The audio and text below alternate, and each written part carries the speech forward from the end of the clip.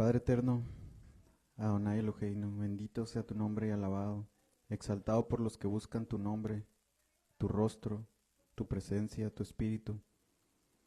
Bendícenos, Padre, con tu dirección y dirígenos tú cada vez que abramos tu escritura, cada vez que entremos en oración, cada vez que compartamos con alguien, que seas tú el que hable, que seas tú el que sea exaltado y que nunca, Adonai, pongamos primero nuestra carne, nuestro entendimiento ante lo que tu palabra sí dice. Que seas tú el que hable, Adonai. En el nombre de nuestro don Yeshua HaMashiach te rogamos que siempre que enderezcas nuestra vereda con tu palabra, que siempre podamos mantener la mirada fija en Él, a quien tú designaste para que escuchemos, y el fundamento sobre el cual debemos entender tus escrituras. Padre, yo te ruego por esta enseñanza, para que sea tu nombre y tu escritura, tu espíritu y tu ungido exaltados únicamente. Por los méritos de Él, de Yeshua nuestro Mesías, es que te lo ruego. Amén. Bueno, la parashá número 21, Ki Tizá, cuando hagas un censo o cuando cuentes.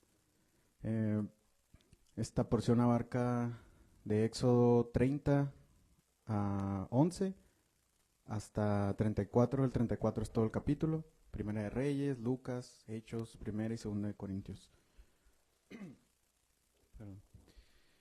En esta porción yo propongo, les pongo aquí arribita en la presentación una manera de verlo con respecto a esta manera de entender las escrituras, no solamente como un testimonio y palabra del Eterno y testimonio de lo que sucedió y de lo que debemos nosotros entender, sino también hay que tener presentes que desde el Edén hasta esto que sucedió en el desierto, hasta el final de los tiempos, la palabra nos está hablando de una ilustración o nos puede reflejar lo que sucede en un matrimonio, en una boda. Por eso aquí arribita les pongo el pacto, el adulterio y la consagración como algo que veo que se lleva a cabo durante esta porción. Y para comenzar, vamos a recordar de dónde venimos y en qué parte estamos, para ver en qué parte estamos. El pueblo es llevado al desierto, frente al monte del Sinaí, y ahí ellos escuchan las 10 palabras, los 10 mandamientos de la voz misma del Eterno, y sienten temor y piden a un intermediario, el cual es Moisés. Moisés comienza a repetirles las palabras del Eterno. Después de las 10, el resto de los mandamientos se los está diciendo Moisés. Cuando él les lee el resto les repite el resto de los mandamientos, ellos contestan: haremos y obedeceremos. Se hace un altar, el altar es rociado con sangre y el pueblo también. Por lo tanto, en ese momento, el pueblo queda desposado con el Eterno. El pueblo ya tiene un compromiso, ya se hizo un pacto con Adonai a través de... gracias. A través... Ay.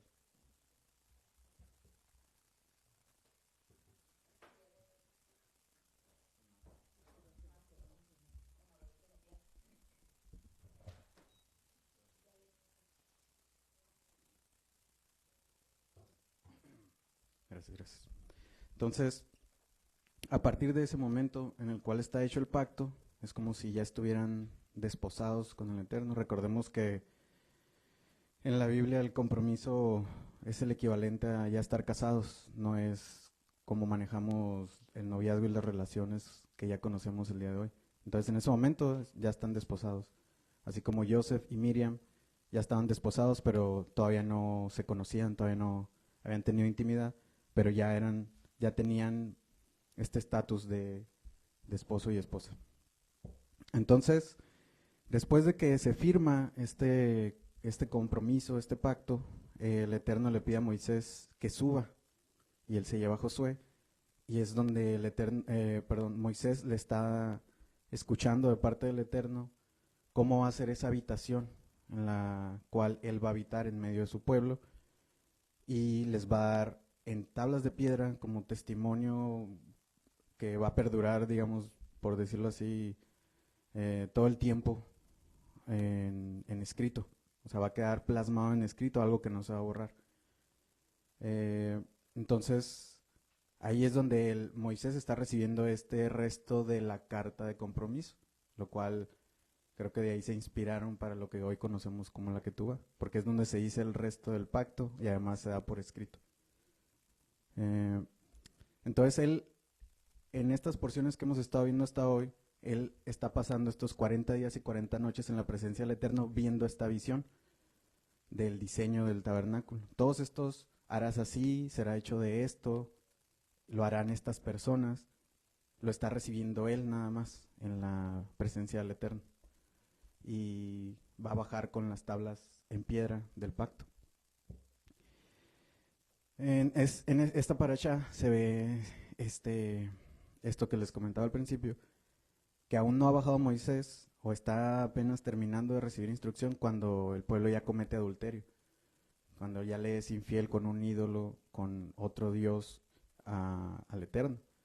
Entonces se muestra el celo de Adonai y ahorita vamos a ver los eventos que eso produce y después se vuelve se renueva ese pacto por medio de otras tablas. Lo vamos a ir viendo. Comenzamos con Éxodo 30, 11 y 16, hasta el 16, que es donde se menciona lo del censo. En el 11 dice, y Dios habló a Moisés diciendo, cuando hagas un censo de los hijos de Israel para contarlos, cada uno dará a Adonai un rescate por su persona cuando sean contados, para que no haya plaga entre ellos cuando los hayas contado. Esto dará todo el que sea contado medio ciclo conforme al ciclo del santuario. Todo el que sea contado de 20 años para arriba dará la ofrenda a Adonai. El rico no pagará más, ni el pobre pagará menos del medio ciclo al dar la ofrenda a Adonai, para hacer expiación por vuestras vidas. Tomarás de los hijos de Israel el dinero de la expiación y lo harás para el servicio de la tienda de reunión, para que sea un recordatorio de los hijos de Israel delante de Yahweh como expiación por vuestras vidas. Aquí en este pedazo de la instrucción sobre la plata, se menciona 3 veces que es un rescate, que es una expiación por la vida. Es decir, que cuando se haga un conteo, algo se genera que no sabemos, que necesitamos redención de eso. Yo no les traigo como una interpretación ni revelación de por qué, pero sé que dice ahí qué es lo que va a pasar. Si se hace un censo, hay que pagar medio ciclo para que no haya plaga. Y más que entender por qué, debemos ver, o me gustaría que viéramos, mejor dicho, qué trae esta expiación, este pago. O sea, ¿dónde va a terminar? Porque más adelante, haciendo un poquito aquí de spoiler de esta paracha que viene, dice en Éxodo 38, la plata de los que fueron contados de la congregación fue de 100 talentos y 175,000 ciclos. Recordemos que esta plata del medio ciclo es un mandamiento. El resto de los materiales son una ofrenda voluntaria y libre. Pero esto fue mandamiento, lo de la plata. Entonces, veamos dónde quedó la plata. Fueron 100 talentos de los contados. Según el ciclo del santuario, medio ciclo por cabeza, a todos los que pasaron por el censo. Y fueron 100 talentos de plata para fundir las basas del santuario y las basas del velo. En 100 basas, 100 talentos, talento por basa. Y de los 175,000 ciclos se hizo los capiteles de las columnas, con los que se cubrieron los capiteles de ella, y las ciñó. Es decir, que esta plata que representa cada uno del pueblo, que fue expiado por medio de ese pago, quedó como base del santuario, de la tienda del tabernáculo. O sea, esto que fue mandamiento y que representa la expiación, queda como las bases donde van a encajar las columnas, el cimiento del tabernáculo. Entonces, por eso yo creo que más que entender por qué generaba una mortandad, o tal vez es por eso que generaba la mortandad, porque era para un propósito muy especial, que el Eterno ya sabía Y en el momento que Moisés estaba recibiendo esa instrucción, pues Moisés no sabía, pero el Eterno ya sabía dónde iba a quedar. Y es por eso que en Samuel y en Crónicas encontramos esto, que pasó con David. Segunda de Samuel 24:1. Una vez más la ira de Adonai se encendió contra Israel. Así que Adonai incitó a David contra el pueblo, al decirle, haz un censo de Israel y de Judá.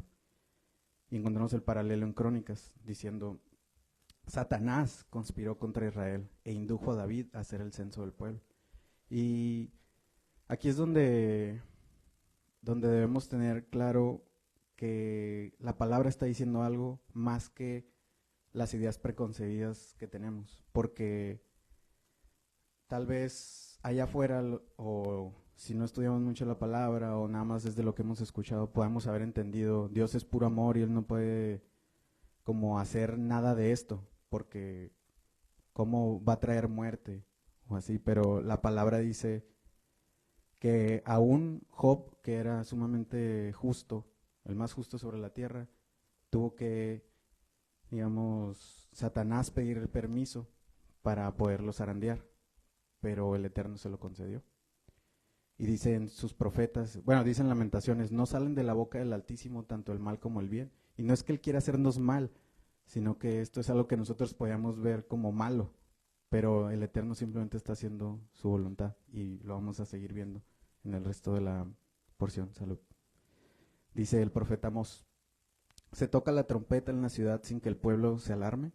¿Ocurrirá en la ciudad alguna desgracia que Adonai no haya provocado? En verdad, nada hace Adonai omnipotente sin antes revelar sus designios a sus siervos los profetas. Esto es, o lo relaciono con esto porque primeramente no se le salió de las manos lo que David iba a hacer o quería hacer, o la motivación por la cual haya nacido esa necesidad o deseo, más bien deseo de hacer un censo. Pero David ya sabía, ya tenía Torah, ya tenía mandamiento, él sabía que si hacía el censo iba a traer plaga. Entonces tal vez el no recordarse o algo es lo que generó. Al final sí hubo una plaga y el Eterno le dice, ¿qué castigo quieres por esto? Porque el Eterno no deja al que transgredió sin castigo. Entonces sí hubo un castigo, pero le dio la oportunidad de redimir eso y detener la plaga. El lavamanos de bronce es con lo que continúa la paracha. Harás una fuente de bronce con su base de bronce para lavar y la colocarás entre el tabernáculo de reunión y el altar. Pondrás en ella agua y de ella se lavarán Aarón y sus hijos las manos y los pies. Cuando entren en el tabernáculo de reunión se lavarán con agua para que no mueran y cuando se acerquen al altar para ministrar, para quemar ofrenda encendida para Adonai, se lavarán las manos y los pies para que no mueran. Y como les platico, no es... Cuando les pongo un paralelo, es algo que a mí me recuerda. O sea, yo leo algo y veo, esto me recuerda a tal, y por eso se los traigo. No estoy diciendo esto significa, pero me recuerda y tal vez haya algo de esto, o si no, pues lo desechamos y lo movemos. Porque también este evento me recuerda, bueno, el evento que vamos a ver en la diapositiva siguiente, me recuerda que para entrar, digamos, en el reino, para ser parte de, primero debemos pasar las puertas del atrio, digamos. Pero las puertas no las pasamos nosotros porque sí. Todos los que ministraban fueron designados por Dios. Los levitas, los sacerdotes, aún el sumo sacerdote, aún Moisés, todos fueron designados por Dios. Y Él dice, tú pasas, tú haces esto, tú dices aquello, tú te dedicas a esto. Él es el que está diciendo quién va a hacer qué cosa. Pero una vez que podemos entrar por la puerta, está primero el altar del sacrificio. Después del altar del sacrificio está este lavamanos. Y después del lavamanos está el santuario, donde adentro ya tenemos la lámpara, el pan, el incienso y el arca. Entonces es un camino que nos va haciendo profundizar más. Luego porque cuando esto dice se lavarán para quemar la ofrenda encendida, para que no mueran, me recuerda a este pasaje de Juan, capítulo 13, que Yeshua empieza a lavarle los pies a los discípulos y a secárselos con una toalla que tiene en la cintura, dice el versículo 5. Cuando llegó con Pedro, le dijo, ¿y tú, Señor, me lavas los pies a mí? Y Yeshua le contesta, ahora no lo entiendes, no entiendes lo que estoy haciendo, pero lo entenderás más tarde. Y recordemos que está hablando eso con Pedro. No, protestó Pedro, jamás me lavarás los pies. Y le dijo Yeshua, si no te los lavo, no tendrás parte conmigo. Entonces, Señor, no solo los pies, sino también las manos y la cabeza, o sea, lávame todo. Yeshua le contesta, el que ya se ha bañado no necesita lavarse más que los pies, pues ya todo su cuerpo está limpio, y ustedes ya están limpios, aunque no todos, bueno, eso no todos lo añadió porque ahí estaba Judas todavía. Por eso a mí me recuerda, porque digamos en este camino del sacrificio, de la entrada, pues es como si ellos ya tuvieran entrada al atrio. El atrio del el que está haciendo Yeshua, pues es la sombra que nos está recordando. Entonces ya tenían ellos entrada, pues ya no necesitaban ese como ser lavados completos, sino nada más los pies para poder ministrar. Porque dice, lo vas a entender más tarde. ¿Y qué viene más tarde? El sacrificio de él, y donde ellos ya, o todos los discípulos, pues van a quedar como los que ministran en el santuario. El aceite de la unción, continúa diciéndolo para allá. Tomarás especies finas, 500 ciclos de mirra excelente, 250 de canela aromática, 250 de cálamo aromático, un hin de aceite de olivas, y harás de ello el aceite de la santa unción, superior ungüento según el arte del perfumador. Será el aceite de la unción santa. Con él ungirás el tabernáculo, el arca, la mesa con sus utensilios, la menorá con sus utensilios, el altar del incienso, el altar del holocausto con sus utensilios, la fuente y su base. También a Aarón y a sus hijos los consagrarás para que sean mis sacerdotes.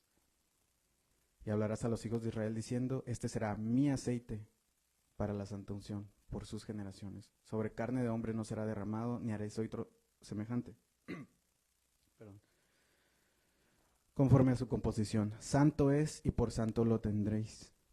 Cualquiera que compusiera un ungüento semejante y que pusiere sobre él extraño, será cortado de su pueblo. Aquí el que está diciendo esto es para mí, y sobre lo que se está derramando, él lo ha designado y él es el que lo está haciendo en sí mismo, pues no es los ingredientes del aceite, como veíamos con lo del árbol que limpia las aguas y como vemos en toda la escritura. Y por eso les pongo aquí el significado de la palabra Mashiach, que significa pues ungido. O sea, ¿qué es ungido? ¿Quién es ungido? Dice, específicamente el 4899 del hebreo habla de una persona. Usualmente una persona consagrada, como un rey o un sacerdote, específicamente significa Mesías. Entonces, este aceite lo que representaba era esa presencia o selección del Eterno para hacer algo especial, para cumplir su propósito, pues. Todas las cosas debajo del cielo necesitaron un sacrificio, aún aún las cosas que se están instruyendo, el tabernáculo, el lavamanos, todo eso necesitaba ser rociado con sangre para ser como expiado y después ser ungido con aceite para quedar consagrado. Entonces, acá en Samuel encontramos este pasaje, 1 Samuel 16, que dice, envió pues, está hablando de Isaí, por él a su octavo hijo, y le hizo entrar, y él era rojizo, hermoso de ojos y de buen parecer. Entonces Adonai le dijo a Samuel, levántate y úngelo, porque este es. Y Samuel tomó el cuerno del aceite y lo ungió en medio de sus hermanos, y desde aquel día en adelante el espíritu de Yahweh vino sobre David. David no se atrevía a tocar a Samuel, aunque digamos hubiera sido justo a nuestros ojos, porque Samuel atentaba contra su vida, pero David siempre evitó, digamos, el hacerle algo, cualquier cosa. Aun cuando tuvo la oportunidad perfecta, él y Samuel a solas, simplemente le cortó su manto para decirle, ¿mande? Ajá, él y Saúl, que no sé qué dije, pero bueno. Ah, Samuel, sí, Saúl y David estaban en una cueva y él tiene la oportunidad perfecta, digamos, para atentar contra él. Simplemente le corta su manto y le dice, no te hice nada porque la palabra dice que no toques al ungido. Y Samuel Saúl había sido ungido como rey. Por eso David no le quería hacer nada. Pero ahora él era el ungido. La diferencia es que Saúl lo eligieron. A Saúl lo eligió el pueblo, pero a David lo eligió el Eterno. Y eso es la mayor designación y la mayor, digamos, instrucción y esa es la voz más alta, pues. ¿A quién eligió el Eterno? Entonces, este pasaje en Mateo 3, cuando Yeshua va con Juan el inmersor bautista, le dice, hagamos como te digo, pues nos conviene cumplir con lo que es justo, le contestó Yeshua. Entonces Juan consistió porque él no quería bautizarlo, decía, tú bautízame a mí. Tan pronto como Yeshua fue bautizado, subió del agua y en ese momento se abrió el cielo y vino el Espíritu de Dios y él vio bajar el Espíritu de Dios como una paloma y posarse sobre él. Y una voz del cielo decía, este es mi Hijo amado, estoy muy complacido con él. Y algo parecido, pero todavía más evidente, sucede en Mateo 15, que es la vez pasada, les compartí hasta con un dibujito ahí también, tiene Pedro y no recuerdo qué otro discípulo esta visión, en la que se le aparece Moisés y Elías junto a Yeshua y la misma nube de gloria y voz del cielo dice, este es mi Hijo amado, con él tengo toda complacencia, y les da la instrucción, a él oíd. Acá no les dice a él oíd, pero les está diciendo, este es el que yo estoy escogiendo. Pues. Lo está ungiendo con su espíritu y lo está poniendo enfrente de sus hermanos diciéndole, es él a quien deben oír. Y él mismo lo dice en Lucas 4, 16 al 21, cuando lee la profecía de Isaías, que dice, el Espíritu de Yahweh está sobre mí porque me ha ungido, me ha escogido, me ha designado como el rey, como el enviado, el profeta, al que debemos oír. Después continuamos con el incienso. Dijo además Adonai a Moisés, toma especies aromáticas, estacte y uña aromática y gálbano aromático e incienso puro de todo igual peso, y harás de ello incienso y un perfume según el arte de perfumador bien mezclado, puro y santo. Y molerás parte de él en polvo fino y lo pondrás delante del testimonio en el tabernáculo de reunión, donde yo te mostraré a ti, les será cosa santísima. O sea, también esto es algo apartado, consagrado y especial, que no debe ser, pues debe ser todo lo diferente a común, pues es algo muy especial porque el Eterno lo dice, porque es para él. Y dice, con este incienso que harás, no se hará otro de semejante composición, te será cosa sagrada para Adonai. Cualquiera que hiciera otro semejante, para olerlo, será cortado de entre su pueblo. Recordemos que aquí todas las cosas físicas y todas las instrucciones y todo lo que se muestra en la escritura son sombras de lo espiritual o de lo verdadero. Aquí ya no lo agregué, pero recordamos que también en Apocalipsis dice el incienso son las oraciones de los santos. Entonces, este incienso no era para las personas. Entonces, si el incienso que representa las oraciones de los santos se lo dedicamos a una persona, pues por eso Adonai dice es sagrado para Adonai, porque eso representa. Y continúa diciendo, habló Adonai a Moisés diciendo, mira, yo he llamado por nombre a Bezaleel, hijo de Uri, hijo de Ur, de la tribu de Judá, y lo he llenado del Espíritu de Dios, en sabiduría, en inteligencia, en ciencia y en todo arte para inventar diseños, para trabajar en oro, en plata y en bronce, y en artificio de piedras para engastarlas, y en artificio de madera para trabajar toda clase de labor. Y aquí yo he puesto a Ailoab, hijo de Ahisamac, de la tribu de Dan, y he puesto sabiduría en el ánimo de todo sabio de corazón, para que hagan todo lo que te he mandado, el tabernáculo de reunión, el arca del testimonio, el propiciatorio que está sobre ella, todos los utensilios del tabernáculo, y describe ahí más cosas, harán conforme a todo lo que te he mandado.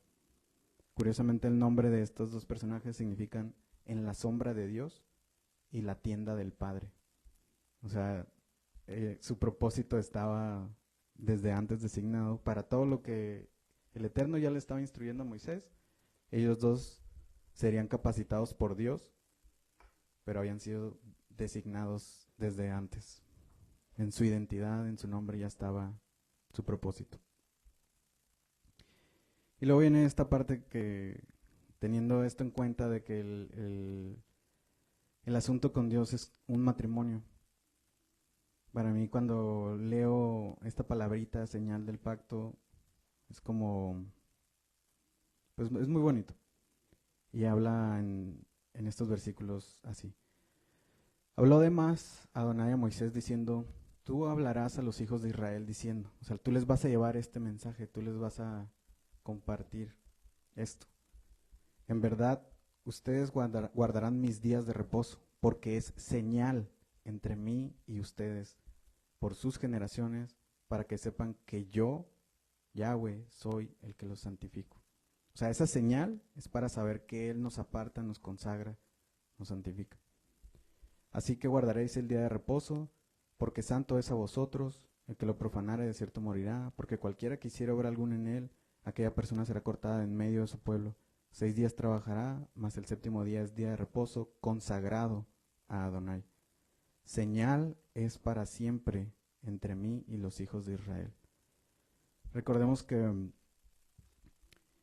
todo lo que ellos están viviendo, todas las instrucciones que se están dando, son sombra y son simbolismo de algo verdadero, de algo más elevado. Si vemos el pacto con el Eterno, aún este que estaba en el arca y en las piedras, como un compromiso de matrimonio con Él, no es que el Shabbat sea el compromiso, no es que Shabbat sea de lo que se trata, no es el pacto, es una señal del pacto. Uno puede estar casado sin tener anillo, pero si trae anillo, todos saben que estás casado. Por eso cuando veo señal del pacto, me recuerda el anillo y les pongo esta fotito ahí. Porque si se pierde el anillo, si se te cae del dedo, pues no se acabó el matrimonio. Pero al Eterno le agrada que traigas el anillo puesto. Por eso esa señal del pacto debemos procurar con todo lo que podamos. Porque también el Eterno esto se lo está diciendo a su pueblo en el desierto, donde no tienen ninguna excusa, ninguna razón más que la rebeldía para no consagrarse para Él. Bueno, no puedo hablar por Él, pero yo creo que Él entiende si no podemos, por razones de dónde fuimos sacados, en dónde estamos viviendo, si algo nos impide guardar el día de reposo. Pero debemos procurar con todas nuestras fuerzas traer el anillo puesto, con todo lo que podamos, y pedirle a Él que nos ayude a hacerlo.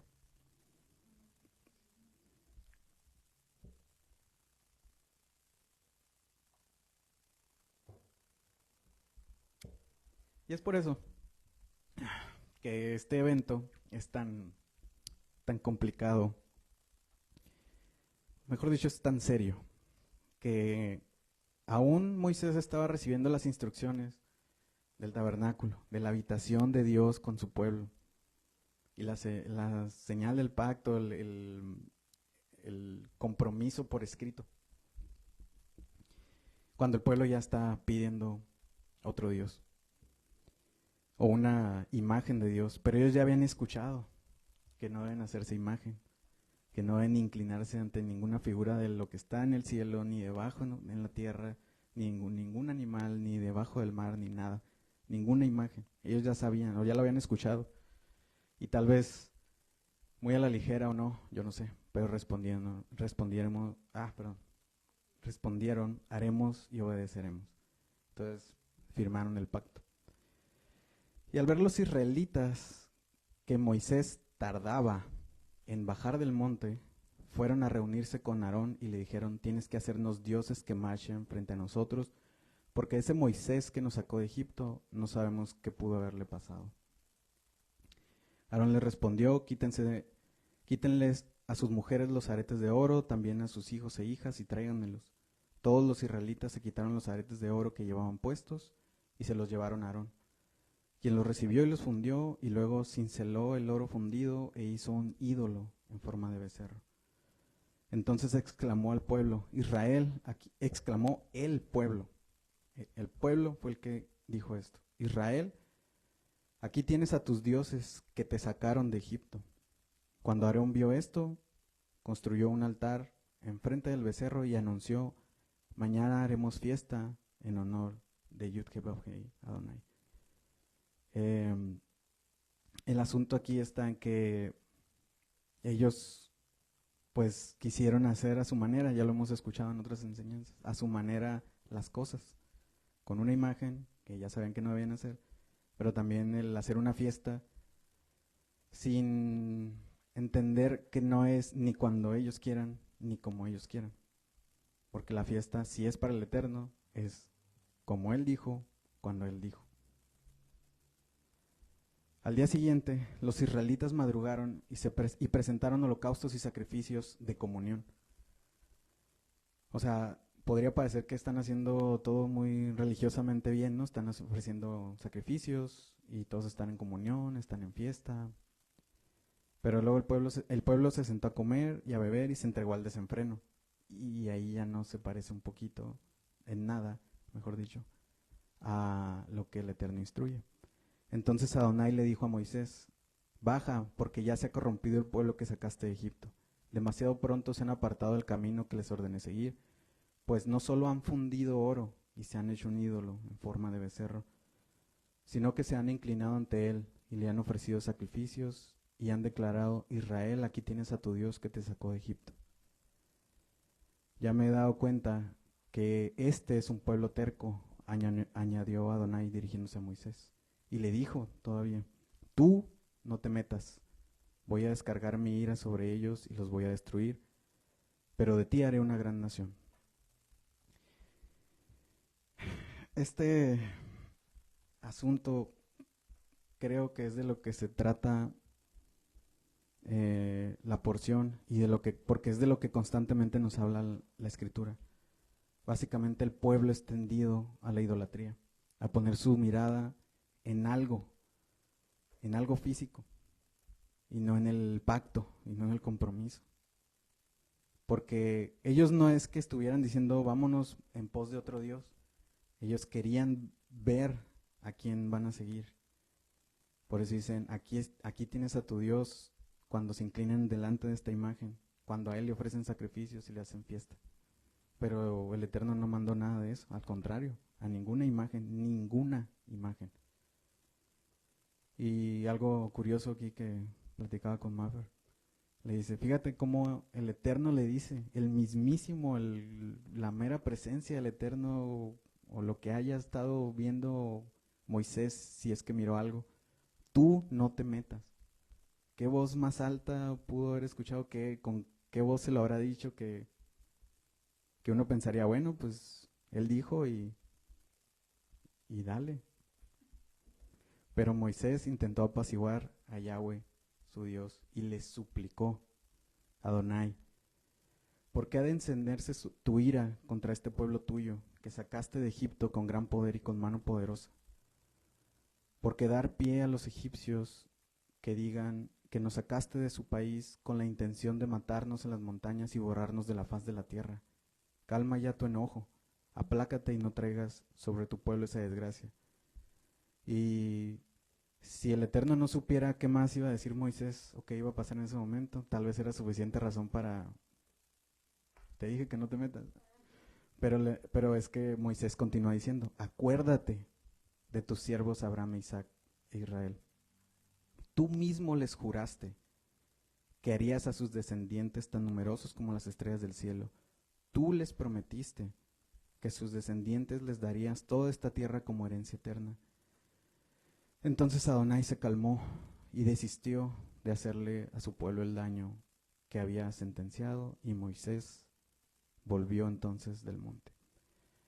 La única razón por la que Moisés se atreve a hablar a pesar de que el Eterno le dijo: tú no te metas, es porque él no va a apelar ni a su corazón, ni a su entendimiento, y por supuesto que a nadie más alto, sino que le refirió sus mismas palabras al Eterno: tú dijiste, y si el Eterno lo dijo, se va a hacer. Porque el rey, como acabamos de ver en la enseñanza de Purim, porque el rey le dijeron, ¿cómo se va a morir el pueblo de la reina? Y él no dijo, bueno, sí es cierto, me retracto y lo tacho. Dijo, no, ya hice un decreto, y un decreto del rey no se puede retractar. Entonces, ¿qué hizo? Otro decreto para que legalmente se pudiera restituir o no restituir, se pudiera, pues sí, terminó en que el pueblo se pudiera defender y no muriera así nada más como no, que no les pase nada. Él más bien dijo, ustedes pueden hacer algo al respecto. Pero el decreto que hizo primero aquel rey, que está debajo del cielo, que simplemente es un mortal, dice, no, si ya se dijo, si ya lo dijo el rey, no se puede decretar. Entonces, por eso Moisés se atreve a interceder a pesar de que el Eterno le dijo, tú no te metas. Nada más le recordó, ya hiciste un decreto, tú mismo dijiste. ¿Y acaso Dios no es fiel? Y esa fidelidad es a su misma palabra, a los pactos que hizo, a las promesas que ha hecho. Cuando bajó, traía en sus manos las 2 tablas de la ley, las cuales estaban escritas por los 2 lados. Yo no recordaba que estaban escritas por los 2 lados, pero cada tabla tenía como por un lado, quién sabe qué tanto alcanzaba a decir o de qué tamaño estaba la letra, pero era por los 2 lados cada tabla. Tanto las tablas como la escritura grabada en ellas eran obras de Dios. Cuando Josué oyó el ruido de los gritos del pueblo, le dijo a Moisés, se oyen gritos en el campamento de guerra. Pero Moisés le respondió, lo que escucho no son gritos de victoria ni lamentos de derrota, más bien lo que escucho son canciones. Cuando Moisés se acercó al campamento y vio el becerro y las danzas, ardió en ira y arrojó de sus manos las tablas de la ley, haciéndolas pedazos al pie del monte. O sea que él rompió este testimonio que Dios le había dado, esta carta de compromiso, digamos, que el pueblo tenía que estar recordando, que el líder, digamos, al frente, el sumo sacerdote, pues, iba a tener presente allí una vez al año, pero todos sabían que estaban ahí como testimonio de este pacto. Pero Moisés la rompe, porque está diciendo, pues, este pacto ya se rompió. Tomó entonces el becerro que habían hecho y lo arrojó al fuego, y luego de machacarlo hasta hacerlo polvo, lo esparció en el agua y se la dio a beber a los israelitas. Y esto me recuerda también a esta ley de los celos que viene más adelante en Números. Igual, no estoy diciendo que es por esto, pero me recuerda a esto que pasó. Dice esa ley, supongamos que una mujer le es infiel a su esposo, acostándose con otro.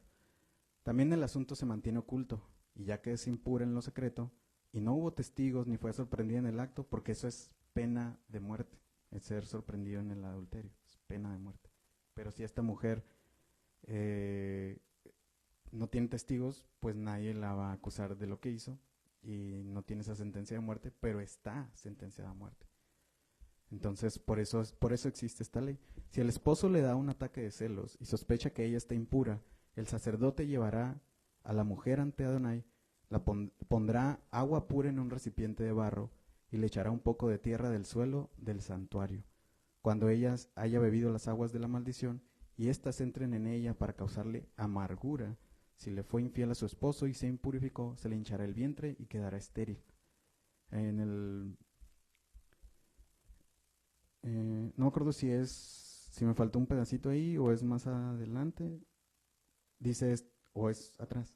Bueno, dice, esto le hará llevar su maldición entre el pueblo, porque recordemos que era una señal, una sombra, pues la infertilidad de estar bajo maldición.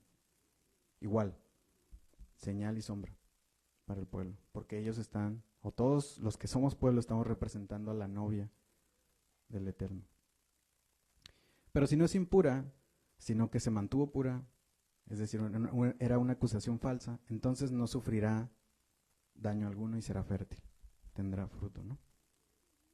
También, al final de los tiempos, las naciones beberán agua amarga también, ¿no? Dice Apocalipsis.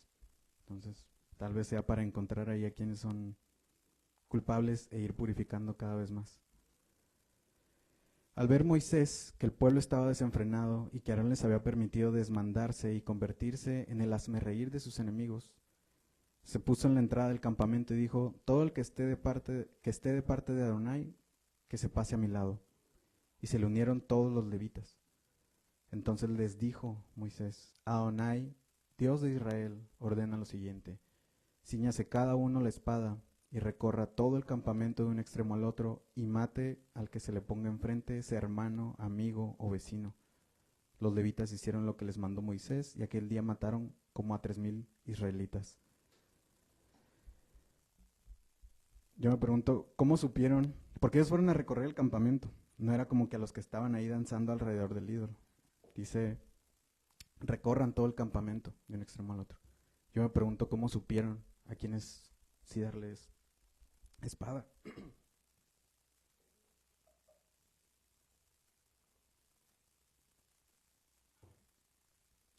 Y pues me imagino, obviamente no sé ni estoy diciendo que sea eso. Me imagino que algo tuvo que haber tenido algún efecto el agua que se bebieron con el ídolo.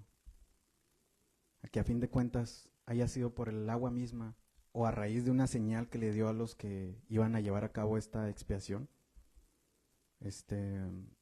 seguía siendo juicio de Dios. Y si Dios lo dice, se hace. Entonces dijo Moisés: hoy han recibido ustedes plena autoridad de parte de Adonai. Él los ha bendecido este día, pues se pusieron en contra de sus propios hijos y hermanos.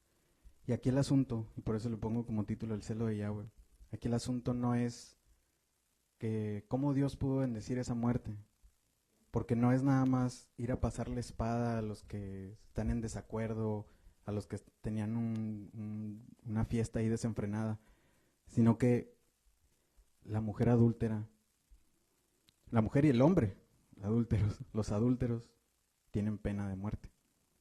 Entonces ellos estaban haciendo expiación por ese pecado.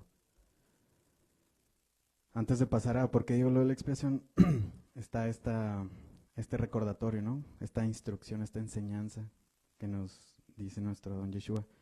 Grandes multitudes seguían a Yeshua y él se volvió y les dijo: si alguno viene a mí y no sacrifica el amor a su padre, a su madre, a su esposa, a sus hijos, a sus hermanos y a sus hermanas y aún su propia vida, no puede ser mi discípulo. El que no carga su stauros, dice ahí, que significa estaca, poste, y se ha dejado como cruz. A fin de cuentas es el instrumento de matar tu carne, independientemente de la forma. Es el que no lleva su propia carne directa al sacrificio y me sigue, no puede ser mi discípulo. Supongamos que alguno de ustedes quiere construir una torre. ¿Acaso no se sienta primero a calcular el costo para ver si tiene suficiente dinero para terminarla? Si echa los cimientos y no puede terminarla, todos los que la vean comenzarán a burlarse de él, es decir, la torre incompleta, y dirán: este hombre ya no pudo terminar lo que comenzó a construir.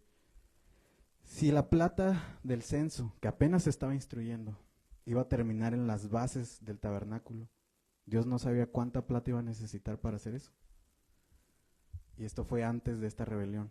Esta fue antes de esta purificación del que murieran esos 3,000. O sea que el Eterno pues lo tenía en control. No es que sea su voluntad que mueran, sino que él ya sabía, bueno, pero al final de cuentas con esa plata de esas cabezas va a ser suficiente. Porque él ya sabía. Tal vez si con las puras cabezas no era suficiente, tal vez hubiera dicho cada persona, niño y animal, no sé. Pero él sabía que con la de los puros varones de 20 años para arriba que quedaran, iba a ser suficiente para terminar de construir. Digo lo de la expiación con el celo de Yahweh porque recordemos que también en Números, Pinjas o Fines atraviesa a 2 fornicarios y rebeldes que estaban teniendo relaciones ahí delante de todo el pueblo, en rebeldía porque ellos sabían que no debían ni unirse a las mujeres de los moabitas, creo que eran, y todavía lo pasaron ellos dos a hacer enfrente de los líderes, de Moisés, de los levitas, o no recuerdo bien si dice específicamente quiénes. El asunto es que el haber hecho Fines esto de atravesarlos a ellos, le contó como expiación al pueblo y se terminó la plaga de mortandad que hubo a raíz de esas fornicaciones. En Elías, que es parte de la porción, en Primera de Reyes 18, cuando él se acerca al pueblo, viendo cómo hay culto a Baal, a Astarot o a Acera, les dice, tráiganme a todos los profetas de Baal, a los sacerdotes de Acera, y no me acuerdo si son 3 grupos, pero el punto es que le dice al pueblo, ¿hasta cuándo van a seguir indecisos? Si el Dios verdadero es Yahweh, deben seguirlo, pero si es el otro, síganlo a él, porque estaban dándole culto a los dos, estaban como en una especie de sincretismo, o el día del otro a él y el día del eterno a él. Entonces él decía, no sigan, para que no sigan indecisos, les dio una señal, y con esa señal de un sacrificio que bajó fuego del cielo y sí consumió la ofrenda, y el sacrificio de Baal, al sacrificio de Baal no le pasó nada, y no quería decir el nombre, pero bueno, ya lo dije. Eh, entonces a los profetas del otro no pasó nada, no consiguieron nada, pero al suceder esto y demostrar que el Dios verdadero es Yahweh, Elías, en un momento de celo por Yahweh, va y no acuerdo si dice cómo, pero el punto es que termina con la vida de los 450 profetas de Baal. Y eso no le contó como, uy, asesino, y eso fue expiación por esa idolatría, por esa maldad, y para que a partir de ahí el pueblo se arrepintiera y viera que no se trata de ningún ídolo, de ningún otro Dios con minúscula, sino de él. Pero el culpable tiene que pagar, y esos que llevaban al frente ese culto fueron los que murieron. Y el Mesías, pues él echaba fuera a los demonios, él expiaba, quitaba todos esos otros espíritus que tenían, digamos, dominio sobre estas personas, limpió el templo. Y si todo el tiempo lo vemos como muy pacífico, y aquí recordemos que volteó las mesas y con azotes de cuerdas, dice, los corrió. Y al final de cuentas, su papel como juez es para el final de los tiempos. Por eso con él no vamos a encontrar un momento así de sangre, más que la suya propia. Porque él al final es cuando viene con vara de hierro, ahora sí a hacer expiación de todos los que merecen, según su propio juicio, según su autoridad, la segunda muerte, la muerte verdadera. Continúa la paracha. Al día siguiente de este evento de los levitas, Moisés le dijo a los israelitas, ustedes han cometido gran pecado, pero yo voy ahora para reunirme con Adonai, tal vez logre yo que Dios les perdone su pecado. Volvió entonces Moisés para hablar con Adonai y le dijo, ¿qué pecado tan grande han cometido este pueblo al hacerse dioses de oro? Sin embargo, yo te ruego que perdones su pecado. El decir a ver si yo logro que perdone su pecado, no fue un momento de él sentirse algo superior, sino por la figura que él es de intercesor entre el pueblo y el Eterno. Por eso dice, sin embargo yo te ruego que les perdones su pecado, pero si no vas a perdonarlos, bórrame del libro que has escrito. ¿Por amor al pueblo o porque él sabe que el que sería, digamos, bueno, que él sabía que el Eterno no sería glorificado entre las naciones si acaba con todos? Por eso dice, mejor acaba conmigo, por la eternidad bórrame del libro, pero que no sea tu nombre el que sea burlado entre las naciones. No era porque Moisés amara mucho al pueblo, sino que él sabía lo que estaba sucediendo, entendía que esto iba a quedar como testimonio para las demás naciones y después para nosotros. Adonai le respondió a Moisés, solo borraré de mi libro a quien haya pecado contra mí. Tú ve y lleva al pueblo al lugar que te hablé. Delante de ti irá mi ángel. Llegará el día en que deba castigarlos por su pecado y entonces los castigaré. Fue así como por causa del becerro que había hecho Aarón, Adonai lanzó una plaga sobre el pueblo. Es decir, esto que acaba de pasar con mortandad a manos de los levitas. Continúa en el 33. Adonai le dijo a Moisés, anda, vete de este lugar junto con el pueblo que sacaste de Egipto y dirígete a la tierra que bajo juramento prometí a Abraham, Isaac y Jacob que les daría a sus descendientes. O sea, retomemos esto, continuemos, porque ya pecaron y eso, pero ya hubo expiación, tú intercediste por ellos y hay que cumplir la promesa. Enviaré un ángel delante de ti y desalojaré a los cananeos, amorreos, hititas, fereceos, heveos y jebuseos. Ve a la tierra donde abundan la leche y la miel. Yo no los acompañaré, porque ustedes son un pueblo terco y podría destruirlos en el camino. El pueblo ya estaba, por decirlo así, en rebeldía, en pecado, y llegaron al punto en que la presencia del Eterno dice, mi presencia los va a destruir, yo no voy con ustedes. Y cuando los israelitas oyeron estas palabras tan demoledoras, comenzaron a llorar y nadie volvió a ponerse sus adornos. En ese momento yo creo que, por ese breve momento, mejor dicho, tuvieron este arrepentimiento. Por eso ya no volvieron a ponerse sus adornos. Para ellos eso representaba lo que acaban de hacer, de construirse un ídolo, de su identidad pasada, como quienes querían volver a Egipto. Luego después vuelven a su necedad, pero en ese momento fue como un momento de arrepentimiento, ¿no? Que les causó tristeza y el alejarse, cuando menos, de la apariencia de su identidad pasada. Moisés tomó una tienda de campaña y la armó a cierta distancia fuera del campamento. La llamó la tienda de reunión. Cuando alguien quería consultar a Adonai, tenía que salir del campamento e ir a esa tienda. Ahora había una carpa en la que la presencia del Eterno iba a descender, todavía no era el tabernáculo, pero pues no podía estar en medio del pueblo por lo que acababa de suceder. Entonces Moisés salía del campamento e iba. Es lo que continúa diciendo. Siempre que Moisés se dirigía a todo el pueblo, se quedaba, perdón, a ella, a esta tienda, la cabaña temporal, todo el pueblo se quedaba de pie a la entrada de su carpa y seguía a Moisés con la mirada hasta que éste entraba en la tienda de reunión. En cuanto Moisés entraba en ella, la columna de nube de la presencia del Eterno descendía y tapaba la entrada mientras Adonai hablaba con Moisés. Cuando los israelitas veían que la columna de nube se detenía a la entrada de la tienda de reunión, todos ellos se inclinaban a la entrada de su carpa y adoraban a Adonai. Desde ahí, desde su casa, o bueno, en su tienda, pues, cuando veían la presencia del Eterno allá en el tabernáculo temporal, ellos adoraban desde ahí. Hablaba Adonai con Moisés, con Moisés cara a cara, como quien habla con un amigo. Después de eso, Moisés regresaba al campamento.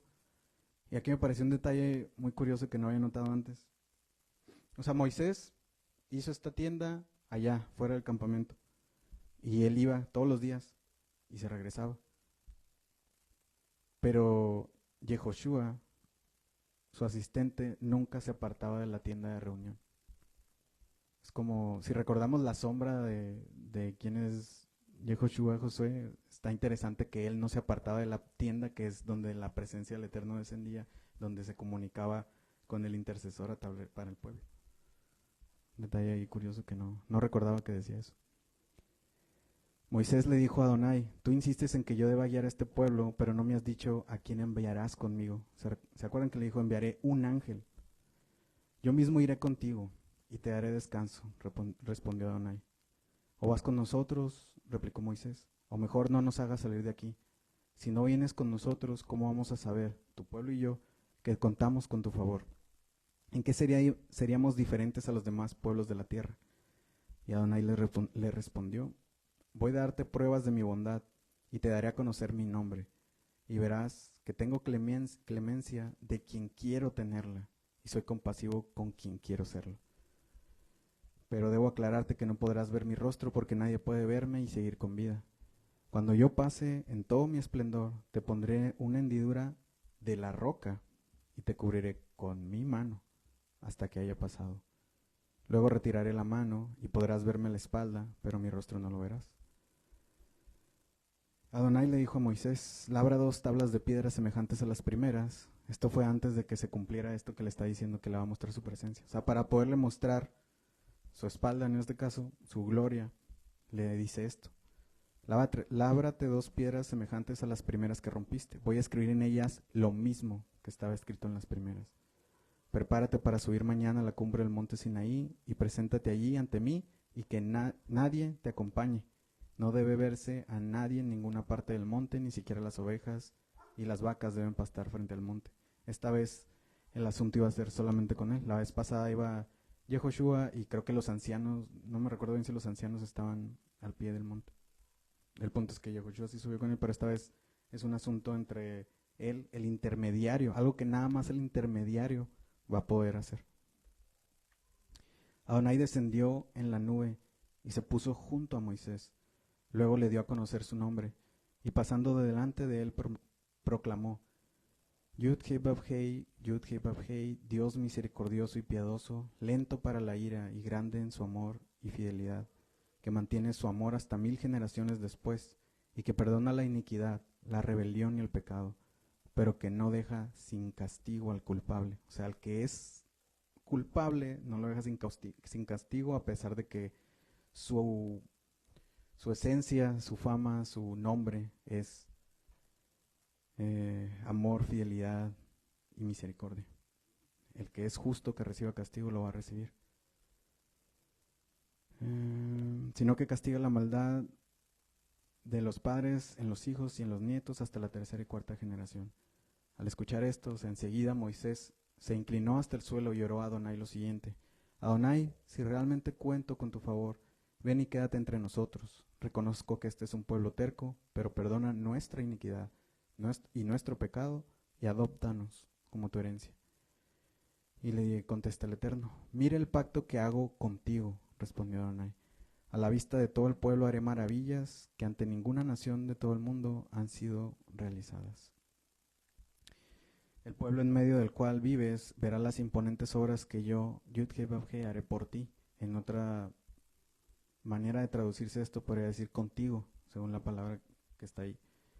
Por lo que a ti te toca, cumple con lo que hoy te mando. Ten mucho cuidado de no hacer ningún pacto con los habitantes de la tierra que vas a ocupar, pues de lo contrario será para ti una trampa. Derriba sus altares, haz pedazos sus piedras sagradas y sus imágenes de la diosa esa. No adores a otros dioses, porque Yahweh es muy celoso. Su nombre es Dios celoso. También su fama, con la manera de, ¿no? ¿Cómo se llama eso? Sus atributos son misericordioso, son amoroso, piadoso, pero también es justo y también es celoso. Y Moisés se quedó en el monte con Adonai 40 días y 40 noches, otra vez. Primero estuvo allá recibiendo las instrucciones del tabernáculo y las primeras tablas 40 días y 40 noches. Esta ya es la segunda vez. Sin comer ni beber nada. Allí en las tablas escribió los términos del pacto, es decir, las 10 palabras, las primeritas que ya habían escuchado y que dijeron: haremos y obedeceremos. Cuando Moisés descendió del monte Sinaí, traía en sus manos las 2 tablas de la ley, pero no sabía que, por haberle hablado a Adonai, de su rostro salió una luz. Por haberle hablado a Adonai.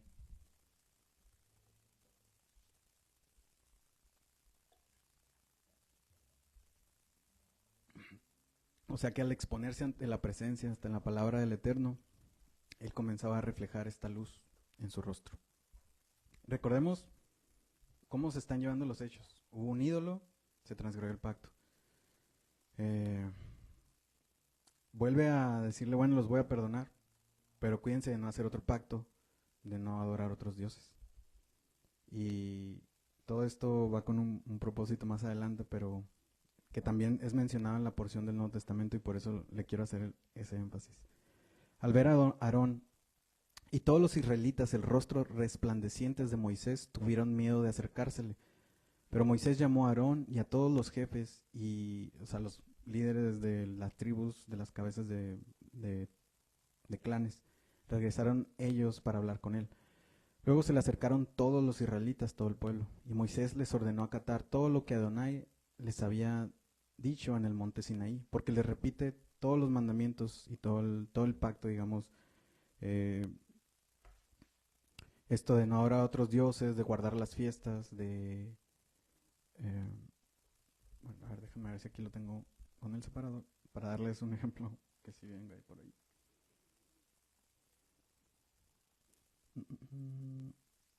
No te postrarás ante otro Dios, no harás alianza con los habitantes de la tierra, esos son los que ya puse ahí, por ejemplo. Y continúa diciendo, celebrarás la fiesta de los panes sin levadura, todo primer nacido es mío, 6 días trabajarás, pero el séptimo día reposarás, celebrarás la fiesta de las semanas, 3 veces al año se presentará todo el memorial delante de Yahweh, porque yo destruiré a las naciones delante de ti. No ofrecerán la sangre de un sacrificio junto con pan leudado. Traerás las primicias de la cosecha de la tierra, y estas fueron las palabras junto con las 10 que ya habían dicho que sí, que Moisés le repitió en este momento, otra vez, a los líderes y a todo el pueblo de Israel. Entonces cuando Moisés terminó de hablar con ellos, se cubrió el rostro con un velo. Siempre que entraba a la presencia de Adonai para hablar con él, se quitaba el velo mientras no salía. Al salir, les comunicaba a los israelitas lo que Adonai había ordenado decir, y como los israelitas veían que su rostro resplandecía, Moisés se cubría de nuevo el rostro hasta que entraba a hablar otra vez con Adonai.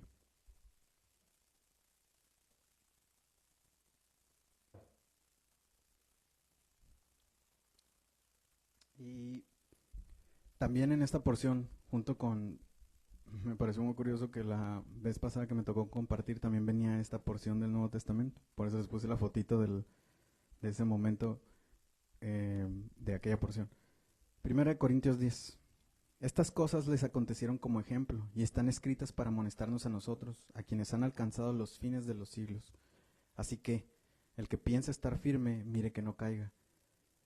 No nos ha sobrevenido ninguna tentación que no sea humana, pero fiel es Dios, que no nos dejará ser tentados más de lo que podamos resistir, sino que dará juntamente con la tentación la salida para que podamos soportar. Y no incluye el versículo 14, pero con eso concluye esa idea que está poniendo Pablo.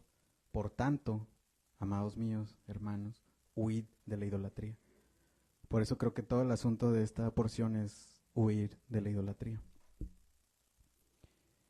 Y justo buscando la porción de Primera de Reyes 18, me encontré con esta.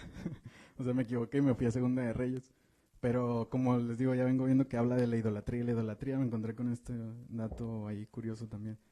En Segunda de Reyes 18 dice, Ezequías, hijo de Acaz, rey de Judá, tenía 25 años cuando comenzó a reinar. Reinó 29 años en Jerusalén. Quitó los lugares altos, derribó los pilares sagrados, cortó la acera, la diosa esa. También hizo pedazos la serpiente de bronce que Moisés había hecho, porque hasta aquellos días de su reinado Israel le quemaba incienso. Y acabamos de ver que el incienso es santísimo para el Eterno y que esta serpiente de bronce que relata en Números 21, Moisés, bueno, sucedió esto. Capítulo 5, el pueblo habló contra Dios y contra Moisés y hubo murmuración ahí. Y Adonai envió serpientes abrasadoras entre el pueblo y mordieron al pueblo y mucha gente de Israel murió. Hubo plaga, hubo mortandad. Y Moisés intercedió por el pueblo. Y Adonai le dijo a Moisés, hazte una serpiente abrasadora y ponla sobre un asta, esa era de bronce. Y acontecerá que cuando todo el que se ha mordido la mire, vivirá. Entonces, ellos estaban viendo estas serpientes, físicamente los estaban ahí viendo, los mordían y se estaban muriendo, y el pueblo se estaba muriendo. ¿Y cuál es la salvación? Volteen a ver aquí. Aquí está esto que les está causando daño, y si lo voltean a ver van a curarse. Igual, no era que el bronce tuviera algo especial, no era que la forma en la serpiente tuviera algo especial, sino que el Eterno dio la instrucción, mira aquí y te vas a salvar. Y los que confiaban en eso, yo me imagino estando ahí mordido, sufriendo y diciendo, hey, ¿por qué? ¿Cómo? ¿Cómo no? Voltea porque eso te va a salvar. Y los que lo hicieron así, se salvaron y se detuvo la mortandad. Pero eso llevó o trajo como consecuencia que para algunos significara que la serpiente, el objeto ese que estaban viendo, era la que traía cierto tipo de rescate, salvación, sanación. Aún esto es el símbolo de la medicina, por ahí. Eh, y por eso ellos, algunos del pueblo de Israel la tenían ahí todavía y le quemaban incienso. Le llamaban Nejustán, pero eso no encontré otro significado más que cosa de bronce. La serpiente estaba hecha de bronce. Y déjame ver qué sigue porque no acuerdo. Ok. Y ese es el asunto que, que nada debajo del cielo es la salvación. Son solo símbolos y son solo sombras para reconocer al que trae la salvación. Entonces, ni el templo, ni el tabernáculo, ni el arca son la presencia de Dios, sino que la presencia de Dios en las cosas que Él eligió, en las que Él consagró, son las que van a traer la salvación. Porque Él dijo, mira ahí está la salvación. Por eso ningún objeto, ninguna cosa, ni aún, y tal vez no estoy haciendo bien el caminito, pero le comentaba a Maffer ayer, ni aún la Biblia misma, en cuanto, entiéndase que en cuanto al objeto, al libro, aún la traducción, porque ese es el asunto, si alguien no quiere leer otra traducción, la traducción no es Dios, ni las hojas, porque antes eran rollos y antes de eso eran piedras. Eso no es la salvación, sino la confianza en lo que Él dijo, en su palabra. Cuando levantó Moisés la serpiente en el desierto, como levantó Moisés la serpiente en el desierto, así también tiene que ser levantado el Hijo del Hombre, para que todo el que crea en Él tenga vida eterna. Por tanto, porque tanto amó Dios al mundo que dio a su Hijo unigénito, para que todo el que cree en Él no se pierda, sino que tenga vida eterna. Dios no envió a su Hijo para condenar, sino para salvarlo por medio de Él. El que cree en Él no es condenado, pero el que no cree ya está condenado, por no haber creído en el nombre del unigénito Hijo de Dios. Y esta es la causa de la condenación. Cuando lo repitan, porque muchos se saben el 16, pero cuando lo repitan nunca se les olvida el 19. Esta es la causa de la condenación, que la luz vino al mundo, pero la humanidad prefirió las tinieblas a la luz, porque sus hechos eran perversos. A Moisés le resplandecía el rostro, pero Moisés no era la luz. Yo no sé si él se tapaba el rostro para que el pueblo no pensara que él era el que traía la luz, pero creo que se tapaban el rostro porque el pueblo le aterraba que había luz cuando ellos estaban en tinieblas. Así como, más bien, porque lo está diciendo el Mesías. Esta es la causa. La luz vino, pero los hombres prefirieron las tinieblas. Y debemos tener en cuenta como guía, como dirección, como fundamento, lo que el Mesías dijo, porque el Padre, el Eterno, nos dijo, a Él oíd, a Él. Entonces, todo lo que vemos en la Escritura debe tener un solo propósito y estar en sintonía y a la par y en igual, digamos, camino que lo que nos está diciendo el Mesías. Si algo no comprendemos, también lo dije la vez pasada, hay que ver, a ver, ¿cómo dijo el Mesías? ¿Qué hizo? ¿Qué dice antes que iba a pasar? Y a ver, ahora sí, que estoy leyendo acá. Porque en 2 Corintios 3, yo batallé mucho con esto y por eso lo llevo a este punto. En 2 Corintios 3 dice, y al final voy a ver si puedo transmitirles en qué estaba batallando y que no se entienda algo que no estoy diciendo. No es que nos consideremos competentes en nosotros mismos, nuestra capacidad viene de Dios. Él nos ha capacitado para ser servidores de un nuevo pacto, no el de la letra, sino el del Espíritu, porque la letra mata, pero el Espíritu da vida. El ministerio de la muerte, en escritos grabados en piedra, fue tan glorioso que los israelitas no podían mirar la cara de Moisés debido a la gloria que se reflejaba en su rostro, la cual ya se estaba extinguiendo. Cuando uno lee esto así superficialmente, podría preguntarse, ¿la Torah causa la muerte? ¿Qué es lo que estaba por extinguirse? Si el Mesías nos dice algo, creo que lo dejé más adelante. Bueno, ok. El Mesías nos dice otra cosa que no me cuadra con lo que está diciendo aquí. Si es glorioso el ministerio que trae condenación, si es glorioso el ministerio que trae condenación, ¿cuánto más glorioso será el ministerio que trae justificación? Batallaba con esto porque la traducción decía, estaba dando a entender la traducción, la más común que tenemos, que lo que estaba trayendo la muerte era lo que estaba escrito ahí. Básicamente es la idea que está así, pero al buscar las palabras y otras traducciones dice, si es glorioso el ministerio que trae la condenación, y ya con eso se aclara el asunto. ¿Cuánto más glorioso el que trae la justificación? En efecto, lo que fue glorioso ya no lo es, si se le compara con esta excelsa gloria. Y si no vino la gloria, si vino con gloria lo que ya se estaba extinguiendo, ¿cuánto mayor será la gloria de lo que permanece? No hacemos como Moisés, quien se ponía un velo sobre su rostro para que los israelitas no vieran el fin del resplandor que se estaba extinguiendo. Sin embargo, la mente de ellos se embotó, de modo que hasta el día de hoy tienen puesto el mismo velo, al leer el antiguo pacto. El velo no se les ha sido quitado porque lo quita el Mesías. Pero cada vez que alguien se vuelve a Adonai, al Señor, al Eterno, el velo es quitado.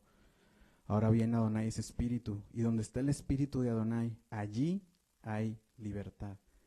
Así todos nosotros que con el rostro descubierto, así todos nosotros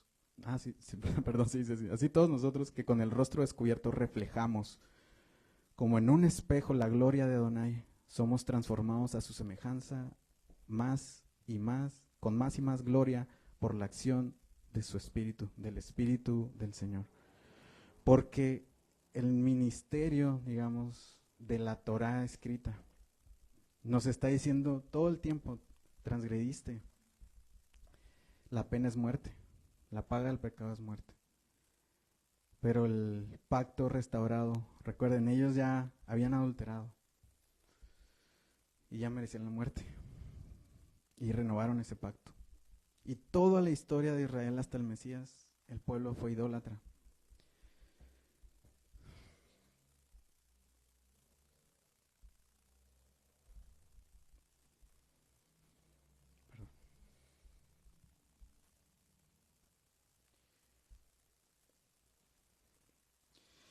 ¿Cuánto más los que estamos lejos, que no lo conocemos?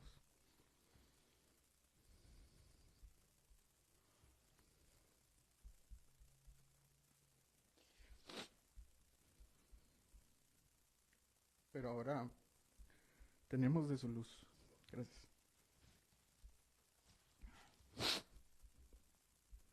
Y Él nos dice, ustedes son la luz del mundo. Una ciudad en lo alto no puede esconderse, en lo alto de una columna. Ni se enciende una lámpara para cubrirla con un cajón. Por el contrario, se pone en una repisa para que alumbre a todos los que están en la casa. Hagan brillar su luz delante de todos, para que ellos puedan ver las buenas obras de ustedes y alaben al Padre que está en el cielo.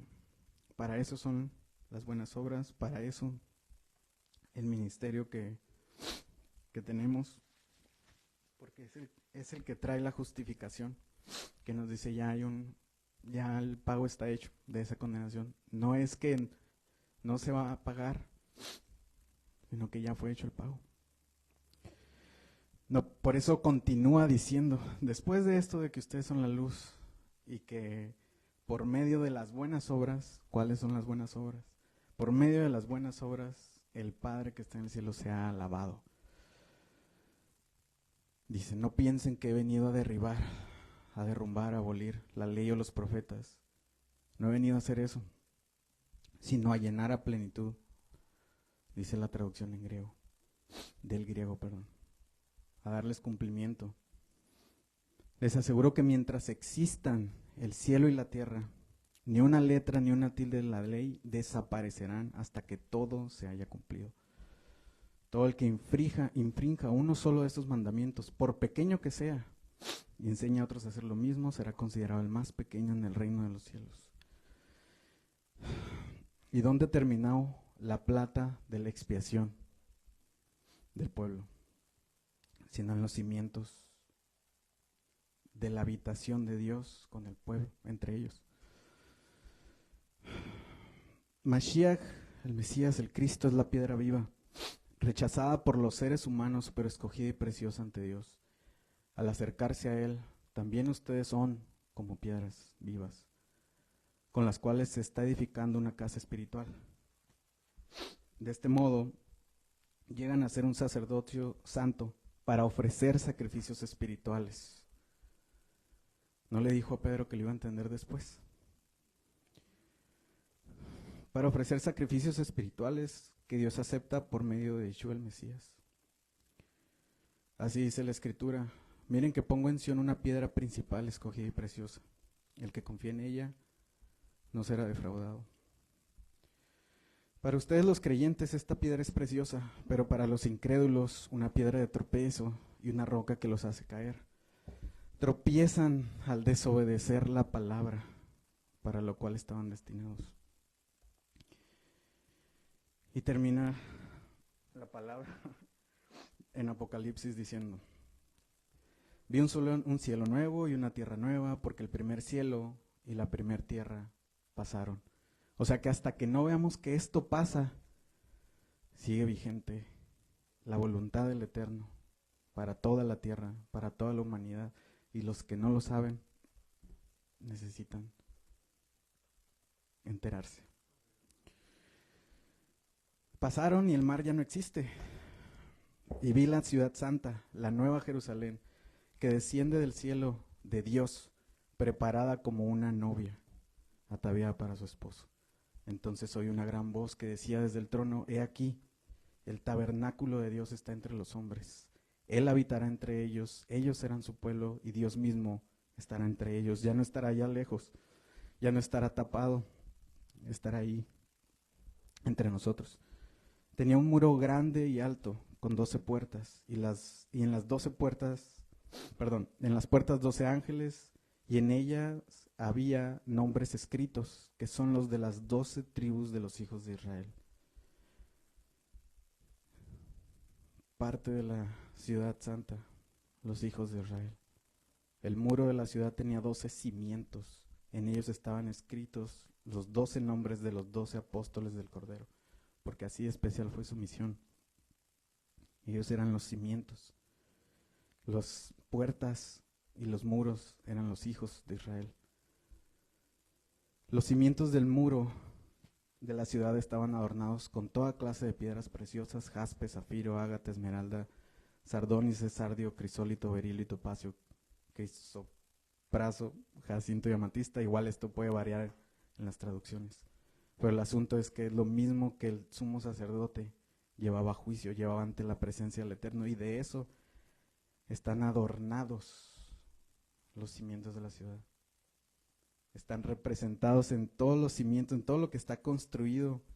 Ahí está representado todo el pueblo, todo el cuerpo de creyentes, las 12 tribus, los apóstoles y cada uno de los que fue integrado al pueblo de Israel.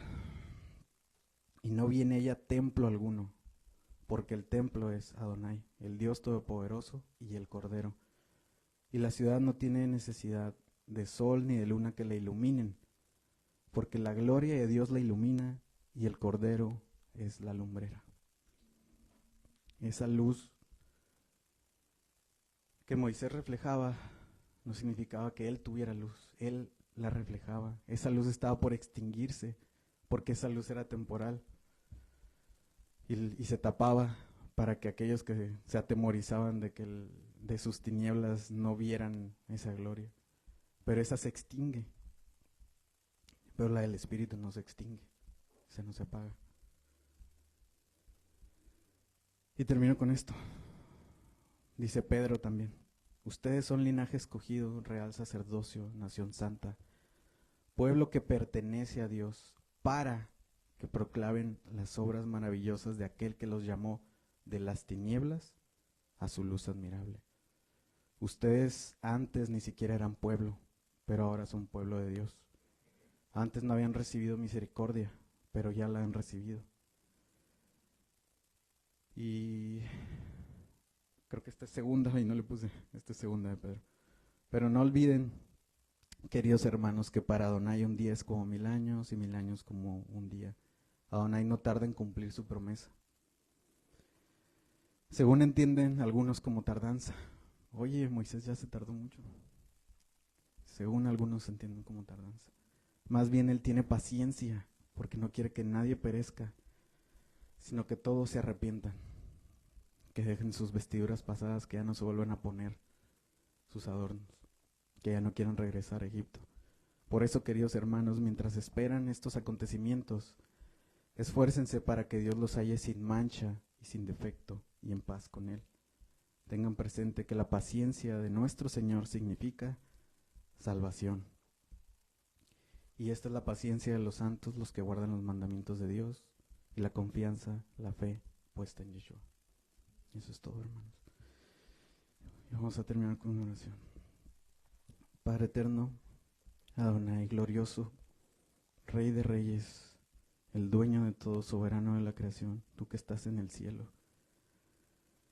Tú has tenido misericordia de nosotros, tú nos has hecho parte de tu pueblo y te damos las gracias por tanta paciencia, por tanta misericordia y tanto amor con el que nos has hecho parte de tan glorioso ministerio, que nos hace saber que hemos sido perdonados de esa condenación que trae el pacto que está constantemente recordándonos qué es lo que no te gusta, qué es lo que ordenas y no hacemos, y cuál es el castigo. Pero tú no dejas sin castigo al culpable. Y ese precio no es que se olvide, sino que ya fue pagado. Y esa confianza tenemos, todos los que hemos escuchado de lo que tu Hijo vino a hacer, de lo que la luz que trajiste a este mundo hace con nuestras vidas. Gracias, Padre, por sacarnos de las tinieblas. Gracias por hacernos parte de tu reino, Adonai. Ayúdanos, bendito Rey, a dar fruto. Ayúdanos a estar preparados para aquel día glorioso en el que podamos habitar contigo, en el que podamos disfrutar de tu presencia y de una luz que no se apagará jamás. Bendito seas tú. Y podemos orarte, y podemos agradecerte, bendecir tu nombre y venir delante de ti. Solamente gracias a nuestro Adón, a nuestro dueño, Yeshua el Mesías, tu Hijo unigénito. Amén.